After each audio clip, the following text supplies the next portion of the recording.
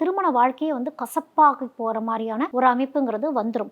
அப்போ வந்து திருமண பந்தம் அப்படின்னு போகிறப்ப கொஞ்சம் லேட் மேரேஜ் பண்ணிக்கிறது, கொஞ்சம் நிதானமாக முடிவெடுத்து பண்ணுறது. முக்கியமாக விருச்சிக ராசி பெண்களுக்கு அப்பாவாலேயே திருமணம் நடந்துடும். ஏதோ ஒரு வகையில் அப்பா காட்டுற மாப்பிள்ளையோ இல்லை அப்பாவால் அப்பா ஸ்தானம் அப்படிங்கிறது வந்து திருமணத்துக்கு முடிஞ்ச அளவுக்கு இது என்னடா இப்படி சொல்கிறாங்க அப்படின்னு யோசிக்க வேண்டாம். அப்பா வந்து நல்லதுக்கு தான் அந்த திருமணம் பண்ணி வச்சாலுமே அப்பாவாலேயே வாழ்க்கை கெடக்கூடிய அமைப்பும் விருச்சிக ராசி பெண்களுக்கு தெரிஞ்சோ தெரியாமலையோ இந்த விதி வந்து அப்படி அவங்களுக்கு அமைச்சு கொடுத்துருது. அப்போது எல்லாரும், அதாவது குடும்பத்தில் இருக்க மற்றவங்களுடைய பேச்சும் கேட்டு திருமணம் பண்ணிக்கிறது நல்லது.